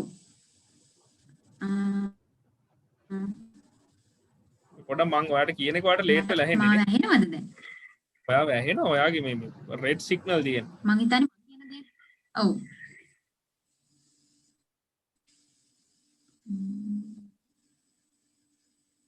මොකද අපිට ඒක කරන්න පුළුවන්. මේ ගානින් කරන්න පුළුවන් නේ. හරි. හරි දැන් හරි. පුළුවන් වෙයිද? එහෙම කරමු අපි නේ. හරි. ඔව් කියගෙන යන්න. මෙහෙම දෙයක් තියෙනවා රුක්මල් දැන් ඔය අපි එඩිට් කරන්න ඕනේ මෙහෙම කියාගෙන යන්න. හරි ඔයාලට මාව ඒ කියන්නේ දැන් අපි මෙතනදී දැන් මම කියවනේ අපි සර්ච් කරන්න ඕනේ කියලා LLB degrees දෙන private universities මොනවද කියන එක. ඔය සර්ච් කරද්දී ඔය යුනිවර්සිටි වලින් හොඳම යුනිවර්සිටි එක මොකක්ද කියලා අපිට සිලෙක්ට් කරගන්න පුළුවන් උදාහරණ විදියට තියෙනවා. අපිට පුළුවන් ඒ යුනිවර්සිටි එකේ ප්‍රොෆයිල් එක චෙක් කරන්න. එතකොට මේ ප්‍රොෆයිල් එක ඇතුලේ ඉන්නවා ස්ටාෆ් එක. ඔය ස්ටාෆ් එක අපිට චෙක් කරලා බලලා තීරණය කරන්න පුළුවන් එයාලා ඩිග්‍රී එක අරගෙන තියෙන්නේ කොතනින්ද? එයාලගේ බෑග්ග්‍රවුන්ඩ් එක මොකක්ද? විසිටින් ලෙක්චරර්ස්ලා කවුද? ඒ විස්තර ගොඩක් වෙලාවට ඔය යුනිවර්සිටිස් වල වෙබ්සයිට් එකේ තියෙනවා. එතකොට අපිට පුළුවන් කොළඹ යුනිවර්සිටි එකෙන් එතකොට එහෙමත් නැත්නම් ජැෆ්නා පේරාදෙණිය එතකොට ඕපන් යුනිවර්සිටි එක වගේ අර පිළිගත් විශ්වවිද්‍යාල සෙට් එකකින් යම්කිසි මහාචාර්යවරයෙක් හරි ආචාර්යවරියක් හරි කතිකාචාර්යවරියක් හරි ජ්‍යෙෂ්ඨ කතිකාචාර්යවරයෙක් සම්පත්දායකත්වයේ මේ විශ්වවිද්‍යාලයට ලබා දීලා තියෙනවා නම් අපිට අන්න එතනදී පුළුවන් යම්කිසි පොඩි අර තියෙනවානේ මේක හොඳයි කියන අර ටැක්සේරුවට එන්න ඒක ලොකු පිටුවහලක් වෙනවා. මොකද අපිට ඩිලිටි එකක් ගන්න ඒක උදව්වක් වෙයි. ඒ නිසා ප්‍රයිවට් යුනිවර්සිටි එකක් සිලෙක්ට් කරද්දී ප්‍රොෆයිල් එකට ගිහිල්ලා ස්ටාෆ් එක ගැන චුට්ටක් ඇනලයිස් කරලා බලන්න. ඒ ඇනලයිස් කරලා අපිට තීරණයකට එන්න පුළුවන් හොඳ වෙල් රෙකග්නයිස් ලෙක්චරර්ස්ලා ඉන්නවනේ ලංකාවේ. අපේ කොළඹ විශ්වවිද්‍යාලයේ හරි ඕනම විශ්වවිද්‍යාලයක අපි හොඳටම අඳුරන ප්‍රවීණයෝ ඉන්නවා. ඒ ප්‍රවීණයන් ඒ ආයතන වලට දායකත්වය ලබා දීලා තියෙනවා නම් අපි සාමාන්‍යයෙන් ආයාලත් එතන උගන්වනවා නම් මෙතන හොඳයි නේ කියන දර පොඩි ඒ පිළිගැනීමට අපිට එන්න පුළුවන්. එහෙම තෝරගෙනත් අපිට LLB ඩිග්‍රී එක කරන්න පුළුවන්. හැබැයි රුක්මල් මෙතන තියෙන විශේෂත්වය වෙන්නේ ඒ වගේ ආයතනයකින් ඔෆර් කරන ඩිග්‍රී එක ඒ ඉන්ස්ටිටියුට් එකට අදාළ ඒ රටට අදාළ කරන නීති වගේ තත්ත්වයක් තමයි සමහර වෙලාවට ඇත්තටම උගන්වන්නේ. අපි ඉංග්‍රීසි ලෝ එක තමයි ඒ අවස්ථාවන් වලදී උගන්වන්නේ. එතකොට ලංකාවේ නීතිය පිළිබඳව හැඳින්වීමක් සහ ඉගැන්වීමක් ගොඩක් වෙලාවට අඩු තත්ත්වයක් තමයි මේ ඉන්ස්ටිටියුට් වල තියෙන්නේ. එතකොට දැන් අපි බලාපොරොත්තු වෙන්නේ ලංකාවේ ලෝ කෙනෙක් විදියට රෙකග්නිෂන් එක ගන්න නිසා ලෝ නීති විද්‍යාලයට මේ අය යනකොට එයාලා නීති විද්‍යාලයේ තිබෙන ඇතම් ඒ අවස්ථාවන් ඒ කියන්නේ එක ලෙවල්ස් තියෙනවානේ. ඒගොල්ලන්ගේ ඉන්ටර්මීඩියට් ලෙවල් එක තියෙනවා. ඒ වගේ ලෙවල්ස් වල තියෙන සබ්ජෙක්ට්ස් නැවත හදාරීමක් අවශ්‍ය කරනවා. එතකොට ප්‍රයිවට් යුනිවර්සිටි එක ඇතුළේ ඉගෙන ගනිපු සබ්ජෙක්ට් වලට අමතරව යාලා නැවත වතාවක් නීති විද්‍යාලය විසින් ඔෆර් කරන සබ්ජෙක්ට්ස් හදාරීම අවශ්‍ය වෙනවා. සහ නැවත වතාවක් ඔවුන් අර ෆයිනල් එක්සෑම් එකට වාඩි වීමත් අවශ්‍ය වෙනවා. ඒ පාර තමයි ප්‍රොසෙස් එක පටන් ගන්නෙ අර ඇප්‍රෙන්ටිස්ෂිප් එක සහ ඒ අදාළ අනිකුත් අවස්ථාවන්. තවත් අවස්ථාවක් තියෙනවා රුක්මල්. ඒක තමයි ඔව් නෑ කියන්නේ මොකද රුක්මල් නෑ ඒක දිගටම කියාගෙන යනවා කියාගෙන මම ඊට පස්සේ යනවා. ඔව් හරි. තවත් අවස්ථාවක් තියෙනවා. ඒක තමයි ওই ජාත්‍යන්තරය කියන්නේ අපි රට ගිහින් ඩිග්‍රී එකක් අරගෙන එනවා කියන්නේ. අපිට රට යන්නත් පුළුවන්කම තියෙනවා. එතකොට වෙන රටකට ගිහිල්ලා වෙන රටකින් අපිට පුළුවන් ඩිග්‍රී එක අරගෙන එන්න LLB ඩිග්‍රී එක. එතකොට සමහර අවස්ථාවලදී ඒ වගේ රටකට ගියාමත් ඔයා දන්නවා දැන් සමහර වෙලාවට අපි රුසියාව වගේ රටකට ගියොත් අපි ඩිග්‍රී එකක් කරන්න. එතකොට අපි රෂියන් භාෂාව ඉගෙන ගන්න ඕන. ඒ වගේ ගොඩක් තත්ත්වයන් සමත් කරලා අමාරුවෙන් කට්ට කාලා තමයි අපි මේ ඩිග්‍රී එක කම්ප්ලීට් කරලා එන්න ඕන. ඒ වගේ අවස්ථාවකදීත් ගොඩක් වෙලාවට ලංකාවේ නීතිය නෙමෙයිනේ ඉගෙන ගන්න. එතකොට ඉගෙන ගන්නේ ජාත්‍යන්තර වශයෙන් හඳුනා ගන්න ජාත්‍යන්තර නීති සහ ඒ රටට අදාළ නීති. අන්න එතකොටත් නැවත වතාවක් ලංකාවට ඇවිල්ලා නීති විද්‍යාලයේ ප්‍රවේශය ලබා ගැනීම අත්‍යවශ්‍ය වෙනවා. මේ තත්ත්වය දැන් වර්තමාන තත්ත්වයකට ඇවිල්ලා තියෙනවා රුක්මල්. මොකද ජාත්‍යන්තරව අරගෙන එන LLB ඩිග්‍රී එක මේ කෙලින්ම නීති විද්‍යාලයට ඇතුළත් කරගන්නේ නැහැ පුද්ගලයෙක්ව මේ වෙද්දී. Council of Legal Education Ordinance එකට මේ මෑත කාලයේ ගෙන එන ලද amendment එකක් යටතේ කියන්නේ සංශෝධන ගැසට් එකක් යටතේ හඳුන්වා දුන්න අලුත් ප්‍රතිපාදනයක්. ඒ ප්‍රතිපාදනයට අනුව වෙනත් රටකින් ඩිග්‍රී එකක් සම්පූර්ණ සිටින් එක්සෑම් එකකට එක්සැමිනේෂන් එකකට වාඩි වෙන්න නීති විද්‍යාලයේ සඳහා වන එන්ට්‍රි එක සඳහා. ඒ පුද්ගලයාත් නැවත ඇවිල්ලා නැවත වතාවක් නීති විද්‍යාලයට ඇතුළත් වීම සඳහා වන අර සාමාන්‍ය ළමයා ඇතුළත් කරගන්න ඇඩ්මිෂන් ටෙස්ට් එක නෙමෙයි මේක ස්පෙෂල් එක්සෑම් එකක්. ඒ එක්සෑම් එකට සිට් කරලා ඒක සමත් වෙලා තමයි ඒ පුද්ගලයා නීති විද්‍යාලයට ඇතුළත් වෙලා නීති විද්‍යාලයේ අධ්‍යයන කටයුතු සම්පූර්ණ කිරීම අවශ්‍ය වෙන්නේ.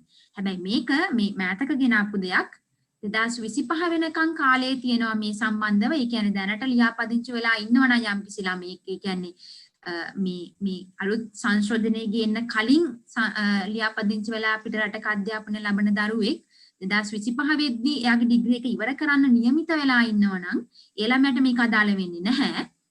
මේක අදාළ වෙන්නේ ওই දැන් මේ වර්තමානයේ දැනට ඩිග්‍රී එකක් වෙන රටක ස්ටාර්ට් කරලා පටන්ගෙන ඒ කියන්නේ 2025න් පස්සේ උපාධිය ලැබෙන අය නේ යාගේ කම්ප්ලීට් වෙන්නේ 2025න් පස්සේ නම් එයාලා මේක බලන්න 2025න් පස්සේ මේක අනිවාර්යෙන් බලන්න ඕනේ. අර අපි දන්නවානේ මේ මෙඩිකල් කවුන්සිල් එකෙත් වගේ දෙයක් තියෙනවානේ පිට රටවල් වලින් ඩිග්‍රී එක අරගෙන ආවට පස්සේ මෙඩිකල් කවුන්සිල් එකේ රෙකග්නිෂන් එක ගන්න එක්සෑම් එකක් තියෙනවා වගේ තත්ත්වයක් තමයි දැනට මේ නිර්මාණය කරලා තියෙන්නේ. එයා ස්පෙෂල් කයින්ඩ් ඔෆ් සිටින් මේ කයින්ඩ් ඔෆ් එක්සෑම් එකකට සිට් කරන්න ඕන. ඊට පස්සේ තමයි යාට ඔය ඇටර්නි ඇට් ලෝ කියන රෙකග්නිෂන් එක දක්වා යාමට අවශ්‍ය කරන නීති විද්‍යාල ප්‍රවේශය ලැබෙන්නේ. ඔන්න ඔහොමයි රුක්මල් තත්ත්වය අපි හඳුනගන්නේ. සමා වෙන්න ඕන පොඩි දුරකථන. ඒක ඇල්ලුවනේ අපි පොඩි මේ ෆ්‍රී ඩිස්කෂන් එකක් කියන්නේ. මේ තව එකක් ඒතර මට පොඩි ගැටලුවක් ආවා. දැන් මේ ඔය පිටරට ගිහිල්ලා ඩිග්‍රී එකක් කවුරු හරි සිලෙක්ට් කරගන්නවා නම් දැන් වගේ උදාහරණ උනේ රුසියාව වගේ රටක්. හැබැයි මං අහලා තියෙනවා මේ ලංකාවේ නීතියට පොඩ්ඩක් ළඟින් යන නීතියක් තමයි මේ එංගලන්තේ නීතිය. එතකොට කොහොමද මේ රටක් තෝරගන්නකොට අනිවාර්යයෙන් රටක් තෝරගන්නකොට මොනවද බලන්න ඕනේ? කරුණු ලංකාවට එන්න බලාපොරොත්තු වෙනවනම්. සෑහෙන හොඳ ප්‍රශ්නයක්. ඇත්තට මේක මේ මං හිතන්නේ ලෝය කෙනෙක් විදියට අර නීති අධ්‍යයනය කරන කෙනෙක් මේ වෙද්දී අධ්‍යයනය කරන කෙනෙක්ට තියෙන ප්‍රශ්නයක් ඔය අය ඇහුවේ. ඇත්තටම හරිම හොඳ ප්‍රශ්නයක්. මම රුසියාව කියන එක නිකන් උදාහරණයකට කිව්වේ ජස්ට් නිකන් මට මතක් වෙච්ච නිසා. නමුත් ඇත්තටම ලංකාව අපි හඳුනගන්නේ රුක්මත් පොදු නීතිය පවතින රටක් විදියට. අපි නීතිය කාණ්ඩ දෙකක් යටතේ හඳුන ගන්නවා පොදු නීතිය සහ සිවිල් නීතිය කියලා.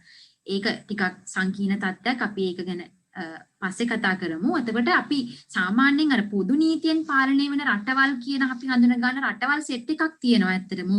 ඒකට එංගලන්තය, ඕස්ට්‍රේලියාව, ඉන්දියාව, දකුණු අප්‍රිකාව වගේ රටවල් තමයි අපි මේ කැටගරි එකකින් පාලනය වෙන රටවල් විදිහට හඳුනගන්නේ. ඒකට ගොඩක් වෙලාවට ලෝ ඩිග්‍රීස් ෆලෝ කරන කෙනෙක් ඉන්නවා නම් ගොඩක් වෙලාවට යනවා ඉන්දියාවට. ඉන්දියාවේ ගොඩාක් ඔපොර්චුනිටිස් තියෙනවා ඉන්දියාවේ යුනිවර්සිටිස් වල සහ සවුත් ඒෂියන් රීජියන් එක ඇතුලේ ලංකාව වගේ සංවර්ධනය වෙන රටවල් වලට ස්කෝලර්ෂිප්ස් ලැබෙන අවස්ථා ගොඩාක් තියෙනවා. ඒත් එහෙම අවස්ථා අරගෙන ළමයි ඉන්දියාවට යනවා. සහ පොදු රාජ්‍ය මණ්ඩලය ඇතුලේ තියෙන අනිවාර්යයෙන් පොදු රාජ්‍ය මණ්ඩලය ඇතුලේ තියෙන ඕනම රටකට නීතිය හදාරීමට යන්න පුළුවන්. මොකද ඒක අපි සාමාන්‍යයෙන් සැලකනවා බ්‍රිතාන්‍ය ක්‍රමවේදය යටතේ පාලනය වෙච්ච රටවල්. එතකොට බ්‍රිතාන්‍ය ඇක්සන්ට් එක තාමත් රටවල් වල නීතිය ඇතුලේ තියෙනවා. එතකොට අපිට අර ඒක පොඩක් අර ටැලි කරගන්න හරිම ලේසි. ඒ වගේ අපිට සමීපව යන රටක නීතියක් අධ්‍යයනය කරන නැවත ලංකාවට පැමිණීම. ගොඩක් වෙලාවට ඔය දැන් මම නීති වේදීන් කියලා හඳුන්වගත්ත සෙට් එකේ මම මුලින්ම කියවනේ අර එයාලා නීති ඇනලයිස් කරනවා වෙන රටවල නීති දිහා බලලා අපේ රටටත් මේ නීතිය හොඳයි වගේ තත්ත්වයන් යාලා කියනවා. යන්නේ ඒ වගේ කාරණාවල් වලදී තමයි අපි ওই පොදු නීතිය කියන තත්ත්වය අපි ඇනලයිස් කරන්න. අපි දැන් ගොඩක් වෙලාවට ලංකාවත් එක්ක ලංකාවට අලුතෙන් නීතියක් ගේන්න නම් අපි ඉන්දියාව මේ වෙනකොට ඒ සම්බන්ධව ගොඩනගලා තියෙන නීතිය මොකක්ද කියලා හොයා බැලීම අනිවාර්යෙන් කරනවා. මොකද අපේ සංස්කෘතිය, සදාචාරය සහ වටපිටාව සමානවම පවතින සහ බ්‍රිතාන්‍ය අධිරාජ්‍යයෙන් පාලනය වෙච්ච රටක් විදියට හඳුනගන්න ඉන්දියාව මොකක්ද මේ වෙද්දි මේ වෙනුවෙන් ගත්ත පියවර කියලා බලලා සමහර වෙලාවට අපි ඒකම ඒ විදියටම කොපි පේස්ට් කරලා අපේ නීතිය විදියට අදාළ කරගන්න අවස්ථා ගොඩාක් තියෙනවා. අර ඒක තමයි මම කියන අර නීතිවේදීන්ගේ කාරණාව. එතකොට තමයි විස්තරේ. එතකොට දැන් මේ තව ප්‍රශ්නයක් තමයි මේ මට මේ පිටින් බලනකොට ඇති වෙච්ච ප්‍රශ්නයක්. දැන් කවුරු හරි හිතනවා නම් මම උසාවියට යන්නේ නැහැ, මම නීති විද්‍යාලයෙන් අවසාන විභාගයට ඉන්නෙත් නැහැ, නීති විද්‍යාලයට යන්නෙත් නැහැ, මට ඒ කියන්නේ උසාවියට ගිහිල්ලා ප්‍රැක්ටිස් කරන්න ඕනේ නැහැ. හැබැයි මට නීති ඉගෙන ගන්න ඕනේ, LLB ඩිග්‍රී එකක් ගන්න ඕනේ. ඒ අරගෙන මට කරන්න පුළුවන් මොනවද කියලා එයා කල්පනා කරොත් මොකක්ද නීතිඥවරයෙක් නොවි නීති උපාධියක් හදාරලා කරන්න පුළුවන් රැකියාව මොනවද ලංකාවේ? ඔව් ඒක තමයි මම කලින් පටන් ගන්නකොටම කිව්වා රුක්මාල්ට නීති වේදී උපාධිය සම්පූර්ණ කරපු කෙනෙක්ට රිසර්ච් කෙනෙක් වෙන්න පුළුවන්. එයාට රිසර්ච් කරන කියන්නේ මේ ලංකාවේ දැනට පවතින නීති තත්ත්වයන් පිළිබඳව අධ්‍යයනය කරන. එතකොට නීතිය වෙනස් වෙන්න ඕන මෙන්න මේ විදියටයි කියලා නීතිය නිර්මාණය කරන යම් යම් ඉතාම හොඳ වැදගත් ආයතන තියෙනවා. ඒ වගේ ආයතනයක් එක්ක සම්බන්ධ වෙලා තමන්ගේ ඒ කටයුතු කරගෙන යන්න පුළුවන්කම තියෙනවා.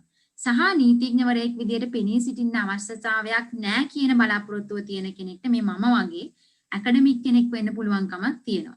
දැන් මමත් ඇටර්නි at law පාස් කරලා අර ඇප්‍රෙන්ටිස්ෂිප් එක කරලා අධිකරණය කියන්නේ සුප්‍රීම කෝට් එකේ ඉස්සරහදී උරුම දීලා නීතිඥවරියක් බවට පත් වෙලා මාස කිහිපයක කාලයක් තමයි ඇත්තටම මේ කටයුත්තේ යෙදුනේ උසාවි යාම කියන කටයුත්ත කරේ. මට එතකොට හිතුණා ඇත්තටම මේ ඇකඩමික් කෙනෙක් විදියට නෙන්නේ නීතිය පිළිබඳව වන පුළුල් අධ්‍යයනය ඇතුලේ තමයි මගේ වැඩිපුර දක්ෂතාවය තියෙන්නේ කියලා. ඉතින් අර ඒ தත්ත්වය තේරුම් ගන්නවා නම් යම් කෙනෙක් එයාට නීතිඥවරයෙක් වීම අවශ්‍ය වෙන්නේ නැහැ. එයාට පුළුවන්කම තියෙනවා කතිකාචාර්යවරයෙක් බවට පත් වෙන්න, පර්යේෂකයෙක් බවට පත් වෙන්න, ටියුටර් කෙනෙක් බවට පත් වෙන්න, දේශකයෙක් බවට පත් වෙන්න, එහෙමත් නැත්නම් යම්කිසි ආයතනයක උපදේශන සේවාවේ නිරත වෙන පුද්ගලයෙක් බවට පත් වෙන්නත් පුළුවන්කම තියෙනවා. ඔයාලා අහලා ඇති නීති උපදේශක කියලා තනතුරක් තියෙනවා. එතකොට මේ ආයතනවල නීති උපදේශනය පවත්වන්න පුළුවන් කමක් තියෙනවා. විශේෂයෙන්ම මේ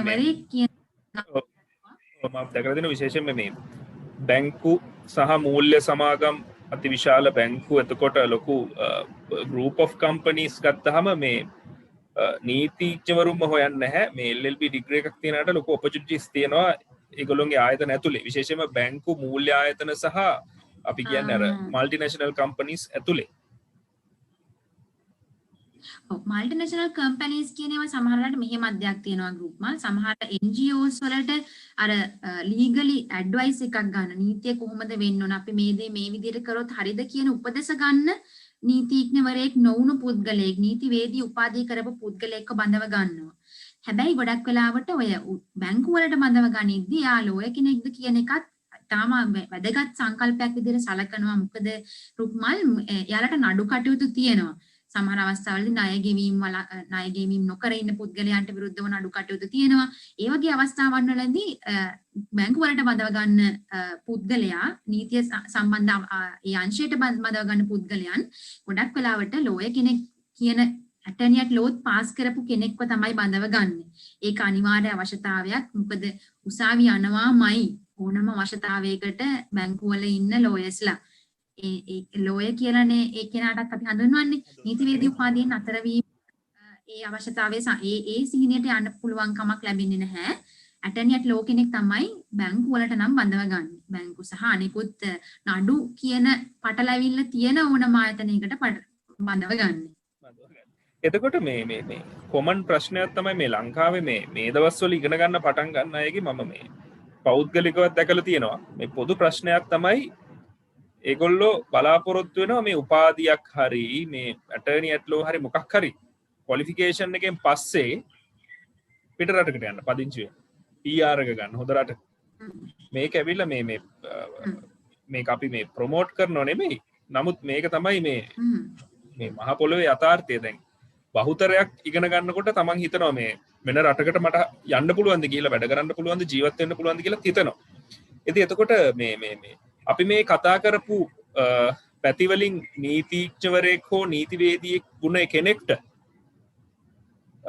පිටරටවල් වලට කොහොමද ඒගොල්ලොන්ගේ අවස්ථාව? ඒගොල්ලොන්ට පිටරටකට යන්න PR ගන්න මොනවද ඒගොල්ලොන්ට අවස්ථා තියෙනවද?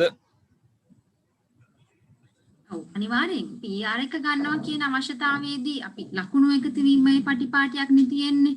එතකොට ඒ ලකුණු එකතු වීම කියන ඒ ක්‍රමවේදයේදී LLB ඩිග්‍රී එකක් කර තිබීම සහ ඇටර්නියට් ලෝ කෙනෙක් විදියට දියුණු දී තිබීම ලකුණු එකතු වීම සඳහා තාමත්ම ප්‍රබල විදියට දායකත්වයක් ලබා දෙන විශාලම chance එකක්, ඒක opportunity එකක්. ඒ නිසා ඇත්තටම මේ මම මුලින් කතා කරන්න පටන් ගන්නකොටම කිව්වා මේක ලොකු ස්ටේටස් එකක් තියෙන ජොබ් එකක්. ලෝය කෙනෙක් කියලා කියන්නේ ඔය ස්ටේටස් එක කියන එක ඔන්න ඔය වගේ ජාත්‍යන්තරයේ ජයග්‍රහණය කරන්න දරන යම් උත්සාහයන් වලදී පවා සෑහෙන වැදගත් වෙනවා. ලකුණු එකතු වීමක් ලොකුවටම සිද්ධ වෙනවා. සහ දැන් අපි හිතුවතින් දැන් මෙහි ලෝය කෙනෙක් විදියට ඉඳපු කෙනෙක්ට වෙන රටකට ගිහිල්ලා එකපාරටම ලෝය කෙනෙක් විදියට ප්‍රැක්ටිස් කරන්න අමාරුයි. මොකද ඒ රටවල වල හඳුන ගන්න යම් ක්‍රමවේද තියෙනවා, විභාග තියෙනවා.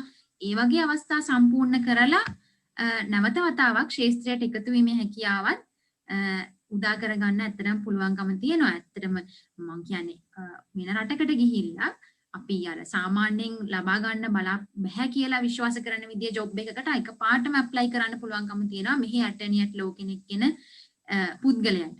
මම කියන්නේ එකපාරටම ගිහින් අපිට ලෝය කෙනෙක් වෙන්න බෑ ඒ රටවල. නමුත් අපිට හොඳ ස්ටෑන්ඩඩ් එකක් තියෙන අර අර ලෝය කෙනෙක් වෙන රෙකග්නිෂන් එකට යනතුරු ඊට පහලින් තියෙන වෙනත් හොඳ තත්ත්වයක් අචීව් කරලා වැඩ කරගෙන හිමින් හැරේ අර ටාගට් එකට යන්න පුළුවන් විදිය අර අනිත් අයට නොලැබෙන විදිය chance එකක් ඇටර්නියට් ලෝ සහ ඔය LLB කියන ඩිග්‍රීස් කම්ප්ලීට් කරපු පුද්ගලයෙක්ට තියෙනවා. මොකද නීතිය දන්න පුද්ගලයෙක් කියලා තමයි මේ ඩිග්‍රී මේවා සම්පූර්ණ කරපු පුද්ගලයෙක්ට තියෙන රෙකග්නිෂන් එක. රෙකග්නිෂන් එක පැහැදිලිවම. එතකොට මේ තව පොදු ප්‍රශ්නයක් තමයි මේ ඉංග්‍රීසි භාෂාව. මේක මම අර කතා කරන හැමෝගෙම අහනවා. මොකද දැන් ලංකාවේ මේ අවුරුදු 13ක් ඉස්කෝලේ ගියාට A level කරාට පස්සේ ඉංග්‍රීසි බෑනේ බහුතරයකට. එතකොට මේ අපි මේ කතා කරපු හැම ආයතනයකම මාධ්‍ය යන්නේ ඉංග්‍රීසියෙන්ද සහ මේ ඉංග්‍රීසි නිසා කවුරු හරි බය වෙලා ඉන්නව නම් මෙන්න මේ ආයතන වලට යන්න ඒ අයට පොඩි උපදේශයක්. ඔව් දැන් මෙහෙමයි ප්‍රයිවට් යුනිවර්සිටිස් පහළ ඉඳන් උඩට පටන් ගනිමු. ජාත්‍යන්තරයට අපි යන්න හිතාගෙන ඉන්නවා නම් වෙන රටක ඉගෙන ගන්න හිතන් ඉන්නවා නම් ඒකට එක්ස්කියුසස් නැහැ. අපි දන්නවා ඉංග්‍රීසියෙන්ම තමයි අපිට ඉගෙන ගන්න වෙන්නේ. ඒක මාධ්‍ය ඉංග්‍රීසි සමහර වෙලාවට අපි මොකක්වත්ම කියන්නේ මං කිව්වා උදාහරණයක් කිව්වා වගේ රෂියන් වගේ රටකට හරි ජපාන් හරි චයිනා හරි ගියොත් අපිට ඒ භාෂාවලුත් ඉගෙන ගන්න සිද්ධ වෙනවා. ඒක වෙනම කතන්දරයක්. චයිනා නම් යන්නේ කොහොඳයි මේ යන විදිහ. ප්‍රයිවට් යුනිවර්සිටි එකකින් ඉගෙන ගත්තොත් ඔව් අනිවාර්යෙන් ඉතින් මේ දැන් අපි මෙහි තියෙන ප්‍රයිවට් යුනිවර්සිටි එක ගැන කතා කරොත් අපි ඒකත් කියන්න තියෙන ඉංග්‍රීසි මාධ්‍යයෙන් තමයි ප්‍රයිවට් යුනිවර්සිටිස් වල උගන්වන්නේ. අපි අපේ මව් භාෂාවෙන් ඉගෙන ගන්න බලාපොරොත්තු වෙනවා නම් ඒ chance එක ඒ යුනිවර්සිටිස් වලින් ලැබෙන්නේ නැහැ. අනිත් එක අපි ඔය මොනවද රජයේ විශ්වවිද්‍යාල කියලා හඳුනගත්ත කැටගරි එක. එතකොට කොතලාවල ඩිෆෙන්ස් යුනිවර්සිටි එකත් ඉංග්‍රීසි මීඩියම් ඉංග්‍රීසියෙන් තමයි අධ්‍යාපනය ලබා දෙන්නේ. එතකොට අමන්ට කියලා එතකොට පේරාදෙණිය විශ්වවිද්‍යාලයත් ඉංග්‍රීසි මීඩියම්. පේරාදෙණිය විශ්වවිද්‍යාලයේ නීති උපාධියේ තියෙන විශේෂත්වය තමයි රුක්මල් මේ බැච් එකේ ඉන්න ළමයි 50ක් වගේ සීමිත සංඛ්‍යාවක්. එතකොට මේ ළමයි 50ම ඉංග්‍රීසි මාධ්‍යයෙන් තමයි අධ්‍යාපනය ලබන්නේ. ඒක ඒගොල්ලන්ගේ කම්පල්සරි රික්වයර්මන්ට් එකක්. එතකොට දැන් ඕපන් යුනිවර්සිටි එකේ මාධ්‍ය තුනෙන් අධ්‍යාපනය ලබා දෙනවා සිංහල ඉංග්‍රීසි සහ දෙමළ කියන මාධ්‍ය තුනෙන්ම. හැබැයි වර්තමානයේ අපි අලුතෙන් ගන්න ඉන්ටේක් එකේදී මේ තත්ත්වය ටිකක් වෙනස් වෙනවා. අපි දැන් විභාගයේ පැවැත්වීමට නියමිතව තියෙනවා එන්ට්‍රි එක්සෑම් එක ඇඩ්මිෂන් ටෙස්ට් එක. මේ එන අලුත් බැච් එකට අපි අලුත් විශේෂත්වයක් හඳුනලා දීලා තියෙනවා. ඒ කියන්නේ ෆස්ට් ඉයර් එක විතරයි යාලගේ සිංහල මීඩියම් එකෙන් යන්නේ. ඊට පස්සේ යන අනිකුත් ඉයර්ස් 3ම ඉංග්‍රීසි මීඩියම් තමයි යන්නේ ඉංග්‍රීසි මාධ්‍යෙන්. හැබැයි මෙතන තියෙන විශේෂත්වය වෙන්නේ ඕපන් යුනිවර්සිටි එකත් ළමයින්ට ඉංග්‍රීසි පිළිබඳව පාඨමාලාවක් ඔෆර් කරනවා. නීතිය පිළිබඳව ඉගෙන ගන්න ළමයින්ට. ඒ නිසා එතනත් අර අධ්‍යාපනය කියන්නේ ඉංග්‍රීසි අධ්‍යාපනය පිළිබඳව තිබෙන යම්කිසි ගැටලුවක් තියෙනවා නම් ඒක निराකරණය කර ගැනීම සඳහා වන දායකත්වය විශ්වවිද්‍යාලයෙන් ලබා දෙනවා නිසැකවම. සහ එන්ට්‍රි එක්සෑම් එකේදී ඉංග්‍රීසි පිළිබඳව පේපර් එකක් තියෙනවා ඉංග්‍රීසි ලැන්ග්වේජ් ටෙස්ට් එක. ඒ ටෙස්ට් එකේදී අපි කොහොමත් ඉංග්‍රීසි මාධ්‍ය පිළිබඳව ළමින්ගේ කුසලතාවය මැන බලන නිසා එතරම්දිත් ඇත්තටම මේ ඉංග්‍රීසි මාධ්‍ය කියන එකට ගොඩක් සූදානම් වෙලා විභාගයට පැමිණෙනවා නම් හොඳයි කියන තැන තමයි මම ළමයින්ට යෝජනා කරන්නේ. එතකොට කොළඹ විශ්වවිද්‍යාලයේ තත්ත්වය වෙන්නේ කොළඹ විශ්වවිද්‍යාලයේත් මාධ්‍ය තුනෙන්ම අධ්‍යාපනය ලබා දෙනවා. ඒක නම් නොවෙනස්ව තවමත් පවතිනවා. සිංහල සහ දෙමළ ඉංග්‍රීසි මාධ්‍ය තුනෙන්ම දරුවන්ට අධ්‍යාපනය ලබා දෙනවා. කොළඹ විශ්වවිද්‍යාලයේ නීති පීඨය ඇත්තටම කලින් කියන්නේ ගොඩක් අතීතයේදී ඉංග්‍රීසි මාධ්‍යෙන්ම පමණයි අධ්‍යාපනය ලබා දුන්නේ. නමුත් පසු කාලීනව දේශපාලනික වශයෙන් සිදු වුණු යම් තීරණවලදී මව් භාෂාවෙන් නීතිය ඉගෙන ගැනීම සඳහා ඕනෑම කෙනෙකුට අවස්ථාව තිබෙනවා කියන මතිමතාන්තරයේ පළවීමත් සමගම සිංහල මාධ්‍යයෙන්ුත් දරුවන්ට නීතිය ඉගෙන ගැනීම සහ තමන්ගේ මව් භාෂාවෙන් ඉගෙන ගැනීමට අවස්ථාව ලැබිලා තියෙනවා. හැබැයි රුක්මල් කොළඹ විශ්වවිද්‍යාලයේ නීති පීඨයට ඇතුළත් තියෙන මං කිව්වා අපි ක්‍රීම් එක තමයි ගන්නෙ ලංකාවේ මුල් 250 කියලා. හැබැයි මේ 250 අතර ඉන්න හැම දරුවෙක්ම අනිවාර්යයෙන්ම O level exam එකේ ඉංග්‍රීසි පේපර් එකට C සාමාර්ථයක් ලබාගෙන තිබීම අනිවාර්යයෙන්ම වෙනවා. දැන් යම් කිසි කෙනෙක් අපි හිතමු ලංකාවේ පළවෙනියා වෙලා law faculty යන ආසාවෙන් ඉන්නවා. හැබැයි O level exam එකට ඉංග්‍රීසි විෂයට C එකක් නැත්නම් ඒ දරුවගේ සිහිනය සැබෑ කරගන්න හැකියාවක් නැහැ.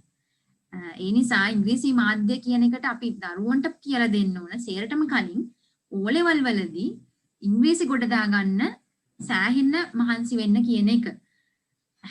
සහ දැන් අපි හිතමු දැන් ඔය C කියන සාමාර්ථය අරගෙනත් law faculty එනවනේ. C එහෙම අරගෙන ආව වුණත් සමහර දුර්වලතා තියෙනවනේ. අපි කතා කරන්න බයයි, අපි ලොකුවට ග්‍රැමර් පාවිච්චි කරලා ලියන්න බයයි. ඔය වගේ ගැටලු හඳුනාගෙන කොළඹ විශ්වවිද්‍යාලයේ නීති පීඨය ප්ලේස්මන්ට් ටෙස්ට් එකක් තියෙනවා රුක්මල් ඇතුළත් වීමට ප්‍රථමයෙන්ම ඒ ප්ලේස්මන්ට් ටෙස්ට් එකේදී දරුවන්ගේ කැටගරිස් හඳුනා ගන්න ඔයාගේ මට්ටම කොතනද තියෙන්නේ කියලා ඒ මට්ටම් හඳුනා ගැනීමෙන් අනතුරුව කැම්පස් පටන් ගත්තට පස්සේ එයාලව ක්ලාසස් වලට වෙන් කරලා ඔය පන්ති වලට දාලා උගන්වනවා ඉංග්‍රීසි. එයාගේ මට්ටම ඉවර වෙනකම්ම උගන්වනවා. සමහර අය කැම්පස් එකෙන් ඉවත් වෙනකම්ම ඔය පන්ති ගිහින් ඉංග්‍රීසි ඉගෙන ගන්නවා. සමහර අය ප්ලේස්මන්ට් ටෙස්ට් එකකින්ම පාස් වෙලා ඉංග්‍රීසි ඕනම නැහැ කියන තැන ඉඳගෙන ඉගෙන ගන්නවා. එහෙම තමයි ඉංග්‍රීසි සම්බන්ධ වෙන තත්ත්වය. හැබැයි මේ නීතිය අපි දැන් මේක සමරයිස් කරොත් මේ හැම ඩිග්‍රී එකක්ම මේ ඉංග්ලිෂ් මීඩියම් තමයි එතන බහුතර කොටසක් යන්නේ කියන එක තමයි කියන්න තියෙන්නේ. හැබැයි මේ එහෙම බය වෙන්න අවශ්‍යත් නැහැ. මම හිතන්නේ බය වෙන්න අවශ්‍යත් නැහැ. මොකද බය වෙන්න අවශ්‍යතාවයක් කියන්නේ රුක්මල් මෙහෙම දෙයක් තියෙනවා. දැන් අපි සිංහල මාධ්‍යෙන් ඔෆර් කරා වුණත් මේ සබ්ජෙක්ට් එක ඇත්තටම නීතිය කියලා කියන්නේ අර සංගීතය කියන්නේ විශ්ව භාෂාවක් කියනවා වගේ නීතිය කියලා කියන්නේ විශ්ව භාෂාවක්. නීතිය ජාත්‍යන්තර වශයෙන් අපි හඳුනා ගන්න දෙයක්. එතකොට දැන් ඇත්තටම අපි ලයිබ්‍රරි එකට උනත් ගිහින් බැලුවොත් අපිට සිංහලෙන් ලියවිච්ච පොතක් නීතිය ගැන ඇත්තෙම නැති තරම්. අපිට ඔක්කොම තියෙන්නේ නීතිය ඉංග්‍රීසි මාධ්‍යෙන් රචනා කරලා තියෙන්නේ. අපි කියවන ටෙක්ස්ට් බුක් ඔක්කොම ඉංග්‍රීසි. එතකොට අපි අර ධර්මයේ අපිට මේ පනතක්වත් හොයාගන්න හරි අමාරුයි සිංහල මාධ්‍යෙන්. සිංහල මාධ්‍ය පනත තියෙනවා. නමුත් සමහරලාට මේ රුක්මල් සිංහල මාධ්‍ය පනත කියවනවට වඩා ලේසි ඉංග්‍රීසි මාධ්‍ය පනත කියවන එක. මොකද සිංහලෙන් තියෙන සමහර වචන වලට වඩා ඉංග්‍රීසියෙන් තියෙන වචන අපිට තේරුම් ගන්න ලේසි. එහෙම බැලුවම සහ ආටිකල්ස් ගොඩාක් විද්වතුන් නීතිය පිළිබඳව රචනාවන් පළ කරලා තියෙන ඉංග්‍රීසි මාධ්‍යයෙන්. ඉතින් ඇත්තටම අද වන විට අපි උනත් අපේ රචනාවන් කියන්නේ ආචාර්යවරුන් වශයෙන් අපි අපේ රචනාවන් පළ කරන්නේ ඉංග්‍රීසි මාධ්‍යයෙන්. අපි දරුවන්ට සිංහල මාධ්‍යෙන් ඉගැන්වුවා වුණත්. ඉතින් ඒ නිසා අපි දරුවන්ට කියන්න අවශ්‍ය කරන දේ තමයි නීතිඥවරයෙක් වෙන්න නම් ඔය මම ඇත්තටම සාමාන්‍යයෙන් වචනෙන් කතා කරොත් කඩ පොලිෂ් වෙන්න ඕන කියන තැන දරුවන් මතක තබා ගන්න ඕන. මොකද ඉංග්‍රීසියෙන් කතා කරන ඉංග්‍රීසියෙන් ලියන කරන ලෝය කෙනෙක්ට අර සාමාන්‍ය ජීවිතය අර ඉංග්‍රීසියෙන් කතා කරන වෙන කෙනෙක්ට තියෙන රෙකග්නිෂන් එක වගේම දෙයක් තියෙනවා. ඔයාලට තේරෙනවනේ ඉංග්‍රීසියෙන් කතා කරලා කෝට් එකේ ඉංග්‍රීසි කෙනෙක්ට තියෙන ඒ රෙපියුටේෂන් එක අර ගොඩාක් වැඩි. ඒ නිසා දරුවන්ගෙන් ඉල්ලන්න ඕන දේ තමයි ලෝය කෙනෙක් වෙන්න හීන දකින්නවනම් පොඩි කාලේ ඉඳලම තමන්ගේ ඉංග්‍රීසි ටික චුට්ටක් කියවලා තේරුම් ගන්න පුළුවන්. කතා කරන්න ඕන නෑ චතුර විදියට. කියවලා යමක් තේරුම් ගන්න පුළුවන් විදියට තමන්ගේ දැනුම පොලිෂ් කරගන්න. විශ්වවිද්‍යාලයට ආවට පස්සේ ඕක දැන් අපි මෙහෙම හිතමු. ජාත්‍යන්තර යුනිවර්සිටි එකකට ගිහිල්ලා ඉගෙන ගත්තත් ප්‍රයිවට් ඉන්ස්ටිටියුට් එකක ඉගෙන ගත්තත් ඉගෙන ගන්න පටන් ගත්තට පස්සේ ඕක ඉගෙන ගන්න වෙනවමනේ. එතකොට ඉතින් කොහොමත් ඉංග්‍රීසි ටික දන්නේම නැතුව හැදෙනවා. ඉතින් ඒ නිසා මේ ඉංග්‍රීසියට බය වෙන්න අවශ්‍ය නැහැ. ඕක කරලා ඉංග්‍රීසියේ පොලිෂ් වෙන තරමට අනාගතයේ සුබයි. ඉතින් මේ මම හිතනවා දැන් මේ නීතිඥවරයෙක් වෙන්න හිතේ තියාගෙන ඉන්න හැමෝටම මේ අලුතෙන් A level ලියපු අයටයි දැනට රැකියාවක් කරන අයට කාගේ හරි හිතේ තියෙනවා නම් මේ නීතිඥවරයෙක් වෙන්න මේ ඒ හැම කෙනෙක්ටම කරන්න පුළුවන් දෙයක් තියෙනවා සහ ඒ දේ මොකක්ද කියලා පැහැදිලි අවබෝධයක් එන්න ඇති කියලා. ඉතින් මේ ගිම්හානි බොහොම ස්තුතියි මේ තාමත් කෙටි දැනුම් දීමකින් මේ මගෙත් එක්ක සම්බන්ධ වුණාට. ඉතින් මේ ඔයා කියපු හැම දෙයක්ම වැලියු එකක් තියෙන යම්කිසි දෙයක් ගන්න පුළුවන් දේවල් තමයි ඔයා කතා කරේ මෙතන. ඉතින් මේ බොහොම ස්තුතියි සම්බන්ධ වුණාට. ඒත් එක්කම මේ ඔයත් එක්කම තව සාකච්ඡාවක් කරන්න බලාපොරොත්තු වෙනවා මේ ළඟදීම මේ ඕපන් යුනිවර්සිටි එක ගැන. ඒකත් අපි මේක ඉවරලා කරමු. ඉතින් බොහොම ස්තුතියි ගිම්හානි සම්බන්ධ වුණාට. අනිවාර්යෙන් රුක්මල් ඇත්තටම මේ අවස්ථාව කියන එක ඇත්තටම හරීම මේ මං සෑහෙන ගරු කරනවා මට මේ අවස්ථාව ලබා දීම ගැන. මොකද අපි දෙන්නම එකම වයසේ එකම විදියට ජීවිතේ ගොඩාක් ජයග්‍රහණ ලබා ගනිපු පුද්ගලයෝ දෙන්නේ. අපි මේ අර අඳුනගත්තේ 2013 වුණාට ඒ 13 ඉඳන් මේ වෙනකම්ම ලොකු යාළුකමක් අපි දෙන්නගේ තිබුණා. ඇත්තටම මේ අපි පියවරෙන් පියවර ජීවිතේ දිනන හැටි අපි එකිනෙකා දැක්කා. ඉතින් බොහොම සුබ අනාගතයකට මම වාට සුබ පතනවා. සහ මේ ඔයා මේ කරපු වැඩසටහන නිසා මගේ ජීවිතේටත් ආලෝකයක් ලැබෙයි කියලා විශ්වාස කරනවා. අපි දෙන්නටම සුබ වේවා කියලා ප්‍රාර්ථනා කරනවා. බොහොම